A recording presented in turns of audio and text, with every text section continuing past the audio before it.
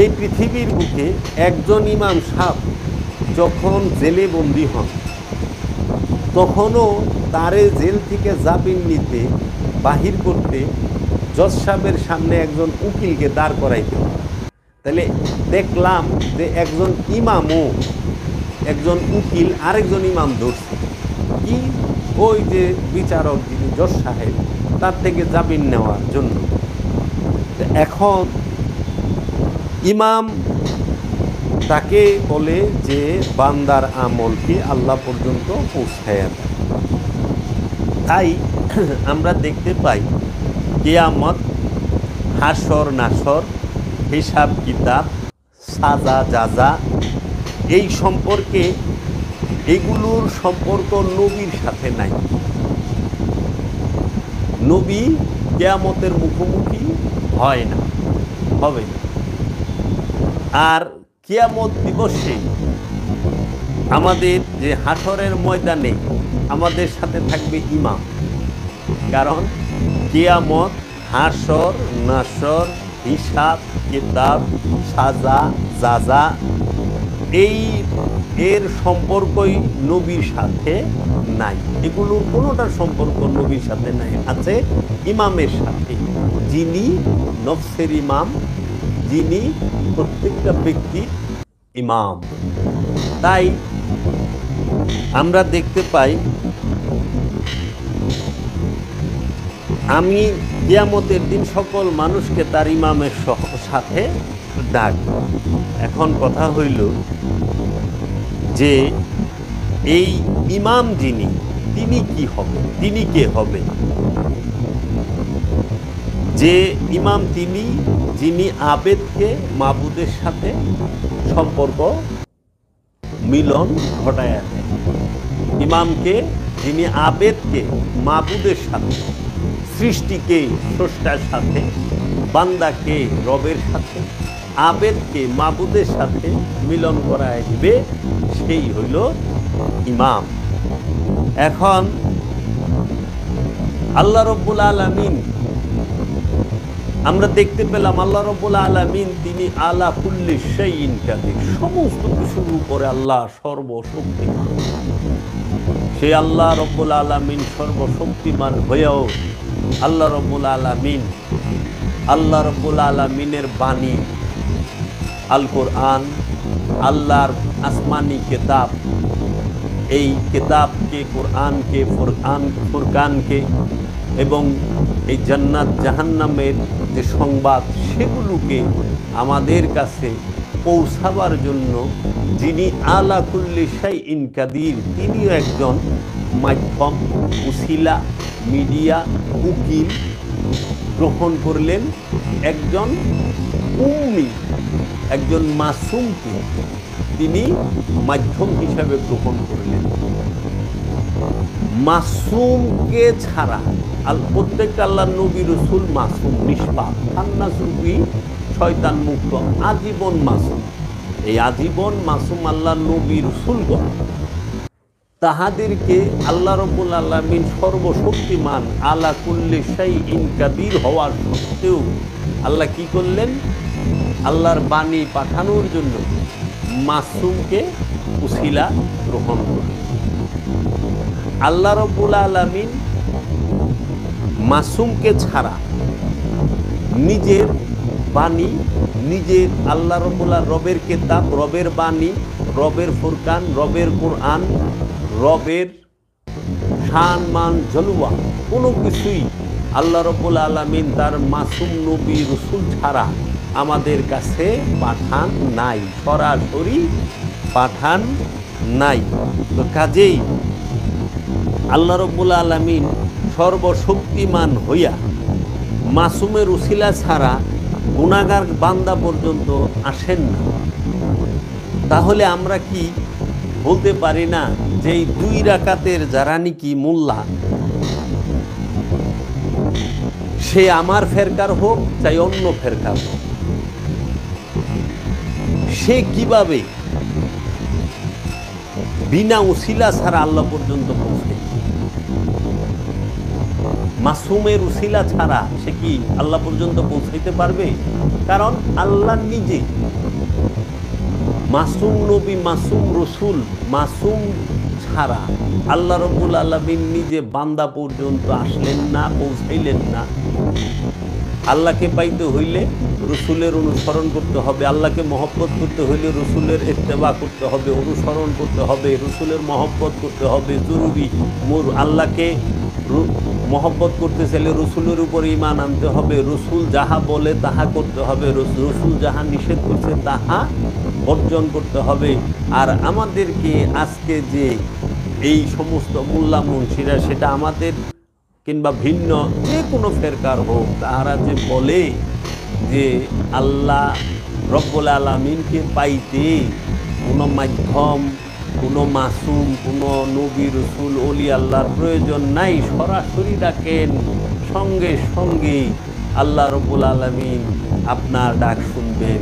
তাহলে আমার ক্ষুদ্র জ্ঞানে প্রশ্ন যে আল্লাহ যদি সরাসরি শুনে, আবার একটি আয়াতও বলে, আল্লাহ বলছেন ওয়াকালা রাব্বুকুম উদুনি আস্তাজিব লাকুম, সুতরাং তোমাদের রব বলিলেন তোমরা আমাকে একা ডাকো, আমরা সঙ্গে সঙ্গে তোমাদেরকে জবাব দেব। তাহলে আল্লাহ বললেন তুমি আমাকে একা ডাকো, ওইখানে ওনারা বললেন না ভাই আল্লাহকে সরাসরি ডাকেন, আল্লাহ জবাব দেবে। আজকে আমরা দেখতেছি অনেকে আগুনে পুড়ে মারা যায়, পানিতে পড়ে ডুবে মারা যায়, আমরা দেখি রোড অ্যাক্সিডেন্টে মারা যায়, আমরা দেখি অগ্নি সংযোগে মিল ফ্যাক্টরিতে বাড়ি ঘরে মারা যায়। তো আল্লাহকে তো সে একাই সেই সময় ডাকে, আল্লাহ সরাসরি কেন সাহায্য করেন না? এই যে বন্যা গেল, কেন আল্লাহ সরাসরি সহযোগিতা করলেন না? আপনারা সবাই এসে আপন পরিবেশ, প্রতিবেশী, আত্মীয় স্বজন, দেশবাসীর কাছে সাহায্যের হাত বাড়াইলেন, আন্তর্জাতিক মহলের কাছেও সাহায্যের হাত বাড়াইলেন। এই যে রোহিঙ্গারা, লক্ষ লক্ষ রোহিঙ্গা বাংলাদেশে দুইটা বৈশা রয়েছে, এই রোহিঙ্গাদের খাওয়া দাওয়ার বেলায় এরা কেন বলে না, সবাই তো মুসলমান, আল্লাহ আমগো আসমানের থেকে চালের বস্তা, ডালের বস্তা, তেলের গেলান, আমগো লেগে খেতা বালিশ, কম্বল, ঔষধ, বিস্কুট, চা পাতা, চিনি সব ফালাও, ধাপর টুকুর ফেরেস্তা দিয়া আনালে ফেরেস্তা দিয়া আনো। তা তো কেউ বললেন না, কোনো মৌলানা সাহেবও বললেন না, সরাসরি আল্লাহর কাছে চান, আল্লাহ দেবেন। অনেকে বলে যে এই খাজা বাবার কাছে, কোনো খাজা বাবার কাছে চাওয়া যাবে, কয় না। কোনো পীরের কাছে চাওয়া যাবে, কয় না। কোনো ব্যক্তির কাছে চাওয়া যাবে না, শিরিক, বেদাত, নাজায়েজ, হারাম। কেন অলির কাছে চাইবেন না? খাজা কিছু দিতে পারে না? কতদিন মূর্খ দর্শক আছে, ঠিক বলেছে কিনা বলেন, কয় ঠিক। আসলেও তো বুঝে না যে এই যে কথাটা বলতেছে এতে কত বড় বাটপার ফক্কর, এইটা আমরা কথার মার পেছে কৌশলে বুঝতে পারি না। তারা আমাদের কি শিখাচ্ছে? এই রোহিঙ্গাদের চাল, ডাল, তেল, আলু, পেঁয়াজ, আদা, রসুন যা কিছু লাগে, ঔষধপত্র, চিনি, চাপাতা, খেতা, কম্বল যা কিছু লাগে, এখন বলতেছেন বাংলাদেশ সরকার আপনি দেন।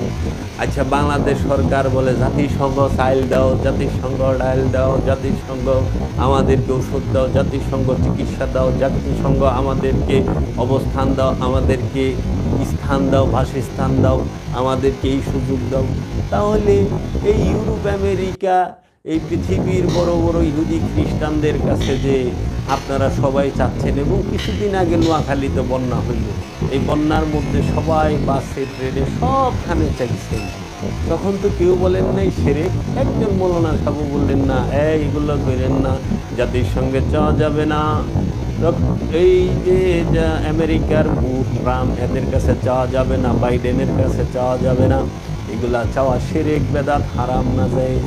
আল্লাহর কাছে চান। একজনও হয় কেন বলে নাই? তখন ঠিকই মানুষের কাছে যায়, তাদের যখন টাকার প্রয়োজন হয় তখন তারা মানুষের কাছে চায়। তো যখন এখন কাইটে গেছে, ডাক্তারে যায়, ডাক্তার আমারে বাঁচান, আমারে বাঁচান, রোগ হইছে, তখন তো আল্লাহর কাছে কেউই যায় না, ডাক্তারের কাছেই যায়। তো উসিলা মানতে হবে। এখন দেখেন জাতিসংঘ, এটা ইহুদিরা প্রতিষ্ঠিত করছে। জাতিসংঘের প্রতিষ্ঠাতা নাম ডাগ হ্যামারশোল্ড, জন ফস্টার ডালেস, উইলিয়াম কেচি, এরা জাতিসংঘের প্রতিষ্ঠাতা। ইহুদি খ্রিস্টানের কাছে চাইতে আপনাদের শিরক, বেদাত, নাজায়েজ কিচ্ছু হয় না, কিন্তু বৌদ্ধদের কাছে চাইতে হিন্দুদের কাছে চাইতে, অন্য কারো কাছে চাইতে আপনাদের কোনো অসুবিধা নাই, কিন্তু বান্দা নেওয়াজ আল্লাহর ওলিয়ে কামেলদের কাছে চাইতে আপনাদের খুব কষ্ট। এবং ফতুয়ার মিসাইল, ফতুয়ার বোমা আমাদের সমাজে ফেলে দেওয়া হয়, কিন্তু আল্লাহ কইতেছে আমি ইমাম সহ তোমাদেরকে ডাকব। ইমাম মানে কি? নেতা, নিয়ত এবং কর্মের সম্মুখে যিনি থাকে। এখন কথা হইল যে আপনি এই ইমামকে অনুসরণ করবেন, কারণ ইমামের সাথে কিয়ামতের সম্পর্ক, ইমামের সাথে হাসরের সম্পর্ক, ইমামের সাথে নসরের সম্পর্ক, ইমামের সাথে জাযা এবং সাজা, হিসাব কিতাব সব কিছুর সম্পর্ক। এখন ইমামকে চিনতে পেরেছেন? আপনার ইমামকে আল্লাহ স্পষ্ট কোরআনে সূরা বনী ইসরাঈলে বলেছে, ইয়াউমান নাদউ উনাসিম বিইমামিহিম। ইমাম কি করে আর নবী কি? নবী আসে দিন নিয়া, রসুল আসে দিন নিয়া। মাযহাব, ইমাম হয় মাযহাবের, ইমাম হয় ফেরকার, আর নবী হয় দ্বীনের, রসুল হয় দ্বীনের। এর জন্য এই দ্বীনে পৌঁছানোর জন্য নবী পর্যন্ত পৌঁছায় দেওয়া হলো ইমামের কাজ। মাযহাব এবং ফেরকা, এই দেখেন না আমাদের চারটা মাযহাব, চার মাযহাবের চারজন ইমাম আছে। কি? মালিকি, হানাফি, শাফি, মালিকি, হাম্বলি, চার মাযহাবের চার ইমাম। এই মাযহাব মানে কি? দল, ফেরকা, গুরু। এই প্রত্যেক দলের ফেরকার একজন ইমাম আছে। এই ইমামের কাজ কি? এই মাযহাবের লোককে দিন পর্যন্ত, রসুল পর্যন্ত পৌঁছাই দিব, নবী পর্যন্ত পৌঁছাইব। নবী পর্যন্ত পৌঁছানো, রব পর্যন্ত পৌঁছানো হলো ইমামের কাজ। এখন যেই ইমামের রসুলের সাথে, রবের সাথে কোনো যোগাযোগ নাই, তার অনুসরণ, তার পিছে ইবাদত কইরা জীবনটাই তো শেষ হয়ে যাব, লাস্টে ফলাফল আসবে জিরো। এর জন্য আপনারা যদি খেয়াল করেন যে কিয়ামতের দিন প্রত্যেক মানুষ এবং কওমকে আপন ইমামের সাথে ডাকবেন আল্লাহ রাব্বুল আলামিন। নবীর সাথে যাবে না, ইমামের সাথে যাবে না। কোথায়? হাসরের মাঠে যাইব। নবীর সাথে যাবে না, ইমামের সাথে যাবে হাসরের মাঠে। এই কারণে যে নবী তো দিন নিয়ে আসে আর ইমাম ফেরকা বানায়। নবী ফেরকার হয় না, নবী দিনের হয়, দিনের নবী, দিনের রসুল, রসুলের দিন, নবীর দিন। তাই ফেরকার হয় ইমাম, নবী দিন নিয়ে আসে, ইমাম মাযহাবের হয়ে থাকে।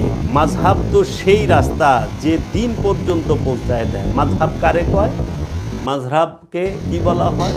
মাযহাব হচ্ছে সেই রাস্তা যে দিন পর্যন্ত, মানে নবী পর্যন্ত, রসুল পর্যন্ত, আল্লাহর নবী মুহাম্মদ মুস্তাফা সাল্লাল্লাহু আলাইহি ওয়াসাল্লাম পর্যন্ত পৌঁছায় দিবে কে? মাযহাবের ইমাম। এর জন্য ইমাম পৌঁছায় দিবে নবী মুস্তাফা সাল্লাল্লাহু আলাইহি ওয়াসাল্লাম পর্যন্ত। এই ইমাম অবশ্যই আপনাকে ইমাম সম্পর্কে অবগত হইতে হবে।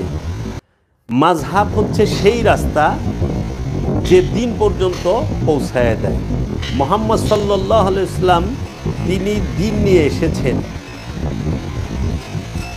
মাযহাব সেই রাস্তা যে দিন পর্যন্ত পৌঁছায় দেয়। এর জন্য আপনারা দেখবেন দিন সবার এক, সকল মুসলমানের দিন এক। মানে কি? নবী এক, সকল মুসলমানের, সকল ফেরকার নবী এক। মাযহাব সবার, মাযহাব এইটা সবার বেলায়, মাযহাব সবার জন্য এক না। মাযহাব সবার বেলায়, সবার জন্য, সবাই এক মাযহাবের না। আবার এই মাযহাবের ইমামও এক না। এই মাযহাবও সবার আলাদা আলাদা, ইমামও সবার আলাদা আলাদা। কিন্তু এখন কথা হচ্ছে যে ইমাম নিজেই নবী পর্যন্ত পৌঁছায় নাই, সে তার মাযহাবকে কিভাবে নবী পর্যন্ত পৌঁছাইব। এখন আপনি একটু খেয়াল করেন, এই পৃথিবীতে যত মুসলমান আছে সবাই কি করে, মাযহাবের মধ্যে আছে, কেউ মাযহাব নাই, লা মাযহাবিও আছে, হ্যাঁ, কিন্তু ইমাম কইলে আছে, সেটা হোক সুন্নি, সিয়ার, আহলে হাদিস, ওহাবি, দেওবন্দি, বেরলবি, বাটালবি, সাকরালবি, কাদিয়ানি, বাহাই, এই সমস্ত ৭৩টা ফেরকা। এখানে সবচেয়ে মজার একটা বিষয় হলো আল্লাহ রাব্বুল আলামিন বলতেছেন যে কিয়ামতের দিন আমি প্রত্যেক ব্যক্তিকে তার ইমাম সহ ডাকব।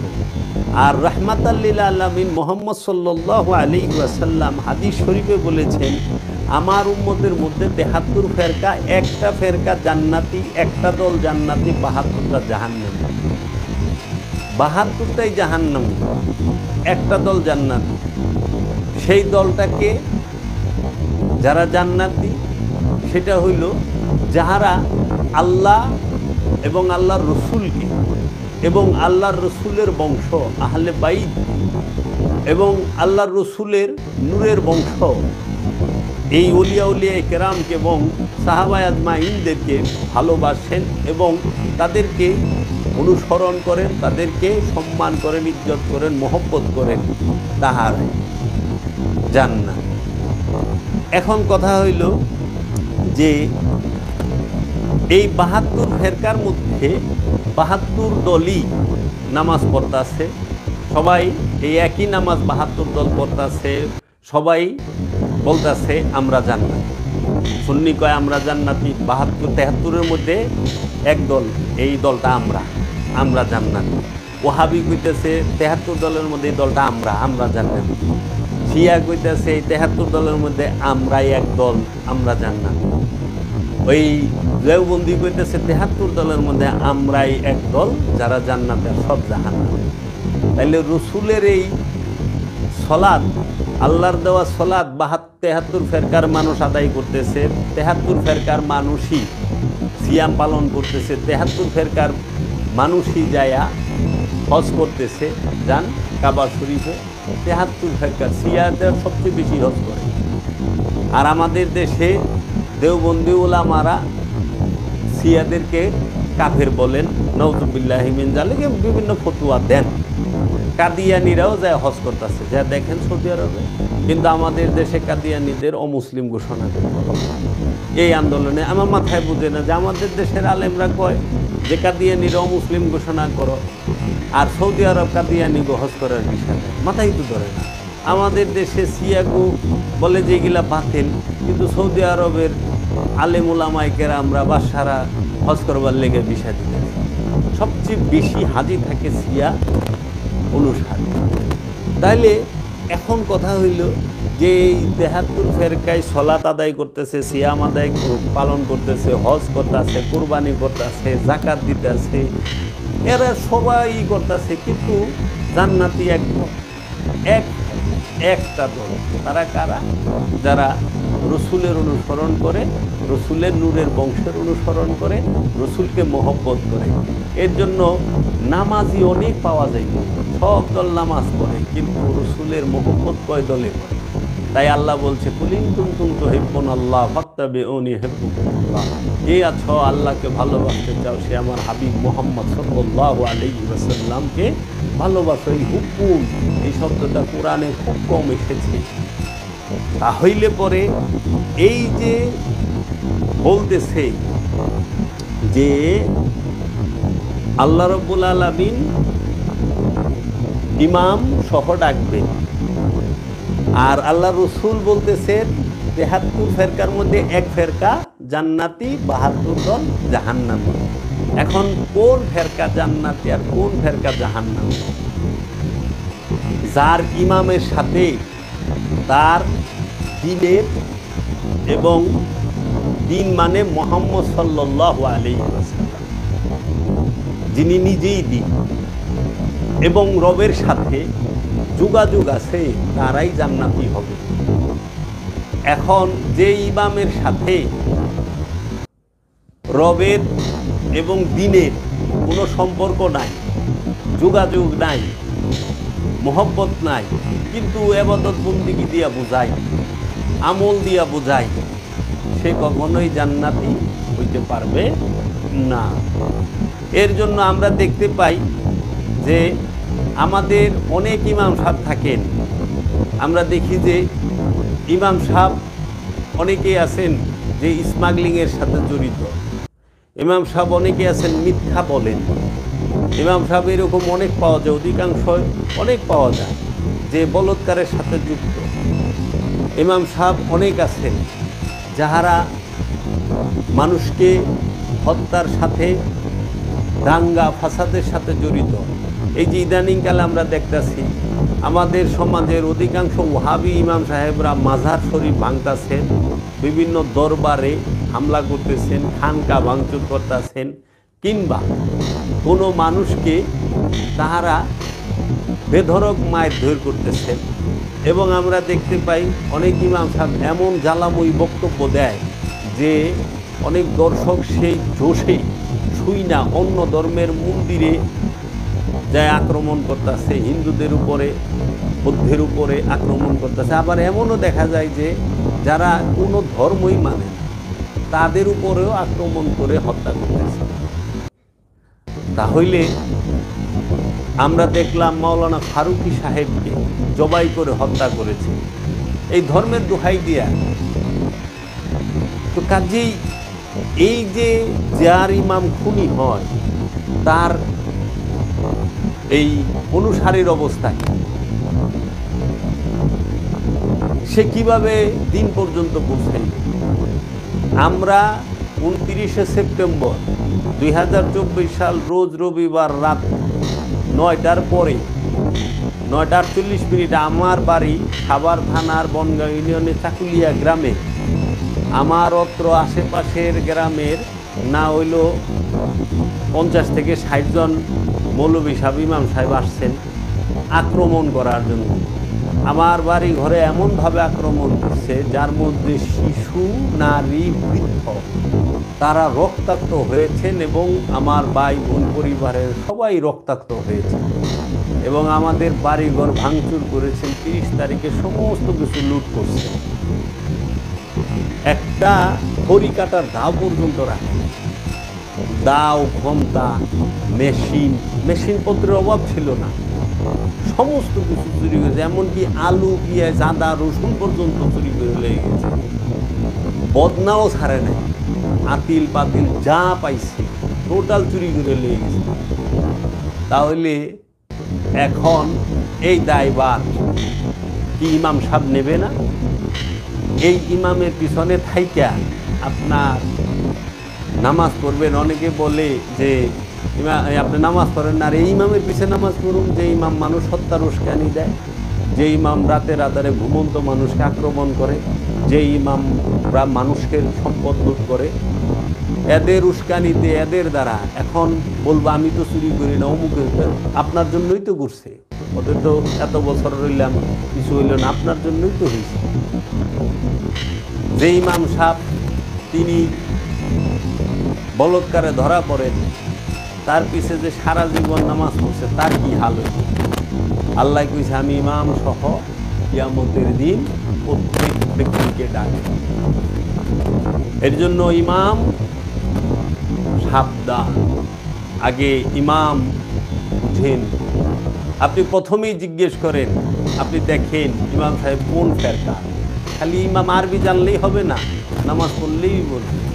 আগে জানতে হইব ইমামে, ইনি ইমাম, হ্যাঁ ইনি কোরআন হাদিসের জ্ঞান আছে, হ্যাঁ খুব ভালো তেলাওয়াত করে, কোকিল কণ্ঠস্বর, হ্যাঁ কিন্তু আকীদা কোন?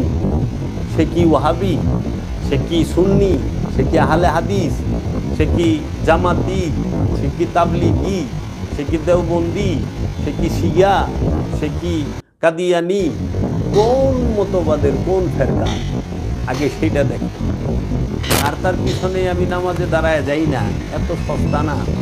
আমার ইমাম, আমার মুর্শিদ, কিবলা ও কাবা, যিনি ওলিয়ে কামেল, যিনি চৈতন্য মহাপুরুষ, যিনি খান্নাস রূপী শয়তান মুক্ত মহাপুরুষ, যিনি কামেলেরও কামেল, তিনি ইমাম। দেখেন কে হবে যে ফ্যাসাদ সৃষ্টি করে না, সেই ইমামের গুণ কি থাকবে? ইমাম কখনো ফ্যাসাদ সৃষ্টি করবে না। আজ পর্যন্ত কোনো ওলি আল্লাহ মানুষকে সুপথ দেখাইছে, ফ্যাসাদ সৃষ্টি করে নাই। কোনো ওলি আল্লাহ কখনো কোনো বলৎকারের সাথে ওলি আল্লাহর ভক্তরাও যুক্ত না, নাউযুবিল্লাহ। তাইলে আপনারা এই যে বিষয়গুলো আপনি দেখেন, ওলি আল্লাহরা কারো সম্পদের ক্ষতি করে না। আমাকে সেই দিন কথায় কথায় বলতেছিল, ঢাকা কোর্টের এইখানে কিছু লোক, আমরা কথা বলতেছিলাম, তো এক মৌলভী সাহেব জিগাইল যে ভাই সাহেব, এই যে গান বাজনা এটা তো হারাম। তাই বললাম হ্যাঁ এটা হারাম, ঠিক আছে। পৃথিবীতে আজ পর্যন্ত কোনো গায়ক শিল্পী কোনো গান দিয়া মানুষে মানুষে মারামারি হত্যাকাণ্ড হয় নাই। শিল্পীরা আজ পর্যন্ত গান গায়া কোনোদিনও দাঙ্গা ফাসাদ লাগায় নাই। তাদের শিল্পীরা কখনো গান গায়া মানুষ হত্যার পরিস্থিতি তৈরি করে নাই। কিন্তু আপনারা কিন্তু ওয়াজ কইরা যাতে যাতে লাগাই দিছেন, মানুষে মানুষে মারামারি করে মরে যায়। আপনাকে ওয়াজ শুনে এমন জোশ, ওয়াজের এমন জোশ হয় যে শরীরের মধ্যে বোম বাইন্দা পাকিস্তানের বিঘা যেতেছে মসজিদের ভিতরে। এক মুসলমান ভাই আরেক মুসলমান ভাইরে মারতেছে, হোক না শিয়া, হোক না ওহাবি, হোক না তাবলিগি, সমস্যা। উনি যেটা ভালো লাগে করুক, তাই বলে ওনাকে মেরে ফেলতে হবে? এটা কোন ধরনের, কোন কথা? এটা কি মানুষের? আল্লাহ কোথায় কইছে? আল্লাহ তো বলছে যে আমি বিচার দিবসের মালিক, কে জান্নাতি কে জাহান্নামী এটা ডিসাইড আল্লাহ করবে। আপনাকে এই অধিকার কে দিছে আরেকজনকে হত্যা করার, আরেকজনকে আঘাত করার? কই পাইলেন? রাতের আধারে আপনি কেন আসলেন হত্যার উদ্দেশ্যে? এই অধিকার আপনাকে কে দিল? আপনার কথা একজনে শুনে নাই, তাকে মারার অধিকার আপনাকে কে দিল? আমার ভক্তরা আমাকে ভালোবাসে, আমাকে ভালোবাসে দেখে তাদেরকে পিটাইতে হবে, এই অধিকার আমার সমাজের মানুষকে কে দিছে? আমার এলাকার মসজিদের মৌলবীদেরকে কে দিছে? কোথায় পাইলেন? কোরআন হাদিস না বলে অনেক জানেন, কি কোরআন শিখলেন? এখন তুই উগ্রতা, জঙ্গিপনা, সন্ত্রাসীপনাই তো গেল না। আমাদের ইমাম সাহেবরা এখন হাজতে আছেন। এই আজকে বৃহস্পতিবার, আজকে আদালতে দাঁড়াইছে জামিনের জন্য, যে অজুহাত দিছে যে ইমাম সাহেব কালকে জুমার নামাজ পড়াইব। তাই বললাম সে কালকে জুমার নামাজ পড়াইব, 52 দিন পর্যন্ত একটা ফ্যামিলিকে হুমকি দামকি দিয়ে বাড়ির বাহিরে রাইখা কষ্ট দিয়া সে কি জুমার নামাজ পড়াই? মানুষের সহায় সম্পদ সমস্ত কিছু ধ্বংস কইরা, বাড়িঘর ভাঙচুর কইরা সে কিসের নামাজ পড়াই? সময় মতো আইন শৃঙ্খলা বাহিনী না আসলে মিনিমাম 50 থেকে 60 জন মানুষ মার্ডার হইত, মৃত্যুবরণ করত। এই মার্ডার কইরা রক্তের হাতে নামাজ পড়তে গেছে, সেই দিন মানুষের রক্ত ঝরাইয়া মানুষের বাড়ি ঘরে আগুন দিয়া ফজরের নামাজ জামাতের সাথে পড়ছে। তাই আমরা 29শে সেপ্টেম্বর আপনাদেরকে দেখেছি, আপনারাই এজিদের বাহিনী, আপনারাই ইমাম হুসাইন আলাইহিস সালামের কল্লা কাইটা আসরের সময় আসরের নামাজ জামাতে পড়ে। একটু খেয়াল করেন তো, সেই কারবালার দিনে তাকায়া ইমাম হুসাইন আলাইহিস সালাম এবং এজিদ বাহিনীর জামাত, নামাজের জামাত আলাদা কেন? পৃথিবীর বুকে ইমাম হুসাইন আলাইহিস সালাম থেকে উচ্চ মর্যাদা সম্পন্ন কে ছিল? কেউ ছিল না। কোনো ইমাম, কোনো আলেম, কোনো মুফতি, কোনো মুহাদ্দিস, কোনো মুফাসসির কেউ ছিল না। ওই সময়ে আল্লাহর আসমানের নিচে জমিনের উপরে মর্যাদার দিকে, সম্মানের দিকে, ইজ্জতের দিকে, এলেম কালামের দিকে, আল্লাহর দরবারে কবুলিয়াতের দিকে মাওলা হুসাইন থেকে উচ্চ মর্যাদা সম্পন্ন। কিন্তু আমরা তাকায় দেখলাম কি? জামাত দুইটা। ইমাম হুসাইন আলাইহিস সালাম দায়েমি সালাতের জামাতের ইমাম, আর এজিদের বাহিনী আনুষ্ঠানিক নামাজের ইমাম হইল ইবনে জিয়াদ, মসজিদ হইল সীমা। আপনারা যা দেখেন, কেন তারা ইমাম হুসাইন আলাইহিস সালামের পিছনে নামাজ আদায় করলো না? ইমাম হুসাইন আলাইহিস সালামকে কেন ইমাম মানলো না? ইমাম হুসাইন আলাইহিস সালাম তো কারো সম্পদ ভক্ষণ করে নাই। আপনারা কেন আমার বাড়িতে এইভাবে হামলা করলেন? কেন আল্লাহর মাজারে অলির মাজারে হামলা করেন? কেন আল্লাহর অলির মাজারে হামলা করেন? কেন পীরের দরবারে হামলা করেন? আজকে মানুষকে হত্যা করে, মানুষকে বিপদে ফেলে, মানুষ সম্পর্কে মিথ্যা, এত মিথ্যা বলছে। এই যতটি মৌলবী মুন্সি সাহেব আমি নিজেই চিনি, অথচ এরা আমার সম্পর্কে দুনিয়া মিথ্যা কথায় এত কনফিডেন্সের সাথে বলতেছে। আপনারা দেখেন চায়া তাদের ওয়াজ নসিহতের মধ্যে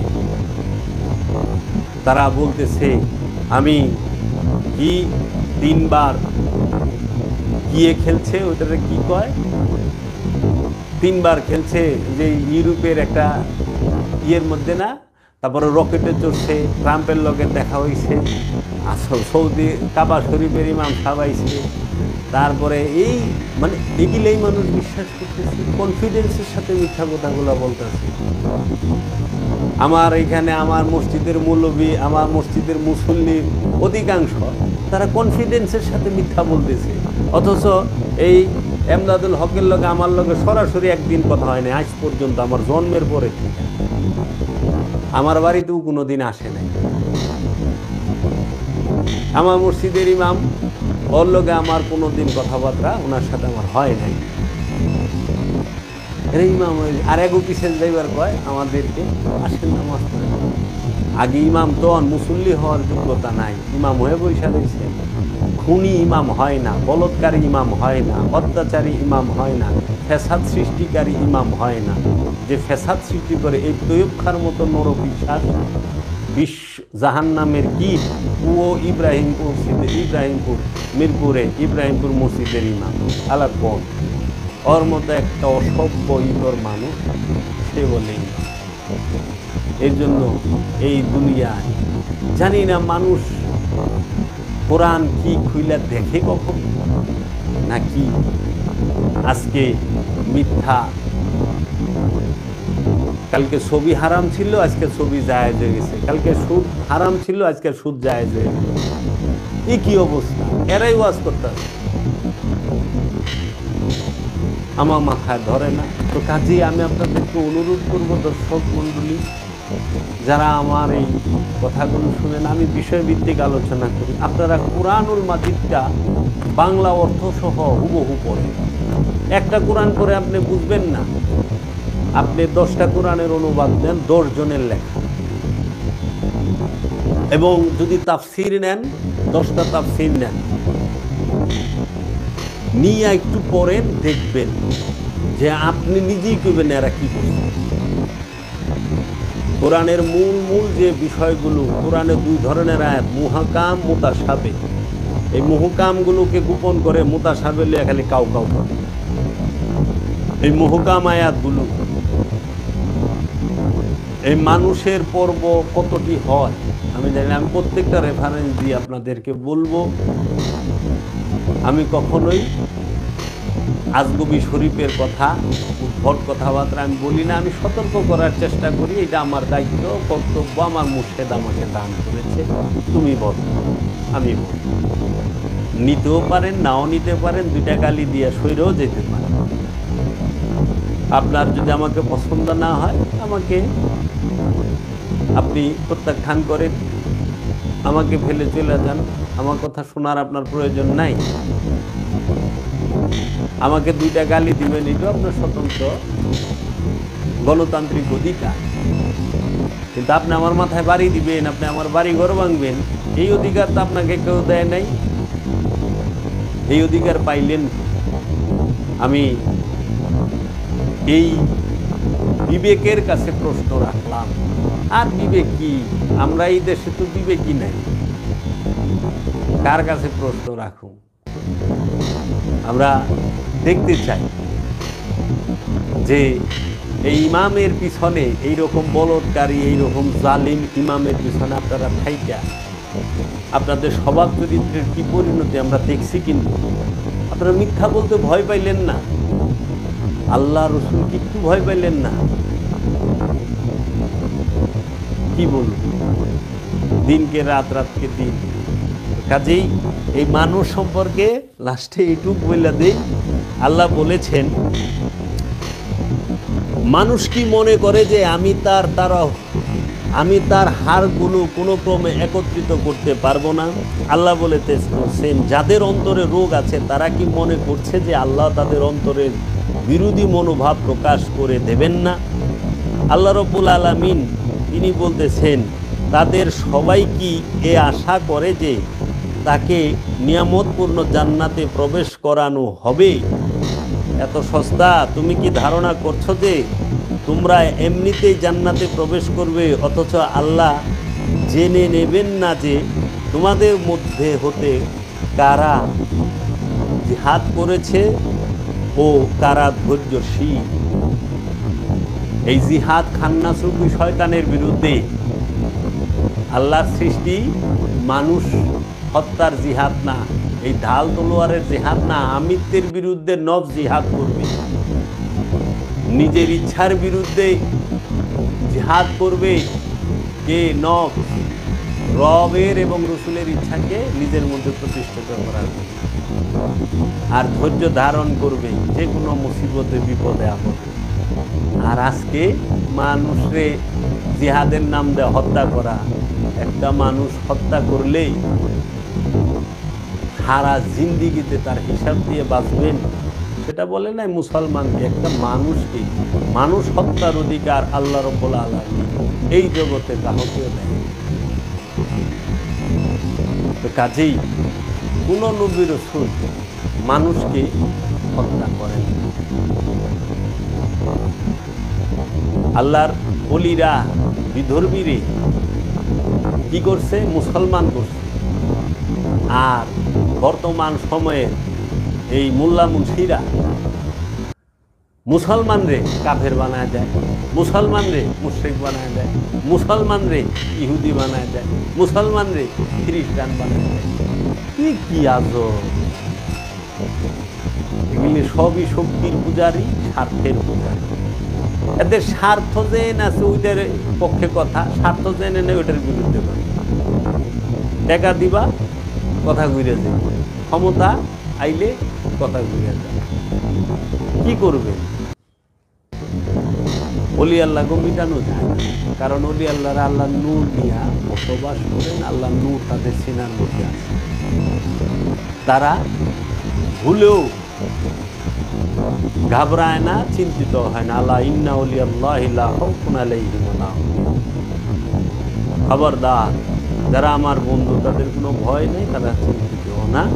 আমি আপনাদের সামনে অনেকক্ষণই কথা বললাম, আপনারা একটু বিবেচনা করবেন, যে ইমাম সম্পর্কে জানার চেষ্টা করেন, এবং এই যে নফস, রূহ, খান্নাস, ইমাম, নবী, রসুল, অলি, এই বিষয়গুলো কোরআন থেকে জানার, শেখার চেষ্টা করেন। এখন কোরআনের অনেক বাংলা অনুবাদ বের হয়েছে, আপনারা পড়েন।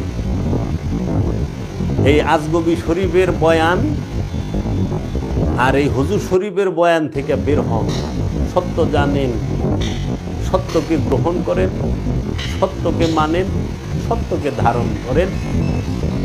আমাদের প্রত্যেকের সন্তানকে আমরা স্কুলে পাঠাই, বিজ্ঞান চর্চা শেখাই, এবং আমরা গুরুজনদেরকে ভক্তি ও শ্রদ্ধা করতে শেখাই, এবং মানুষে মানুষে ভালোবাসা, প্রেম, প্রীতির, সৌহার্দ্যের শিক্ষা যেন আমরা আমাদের ছোট ছোট শিশু বাচ্চাকে, সন্তানকে দেই।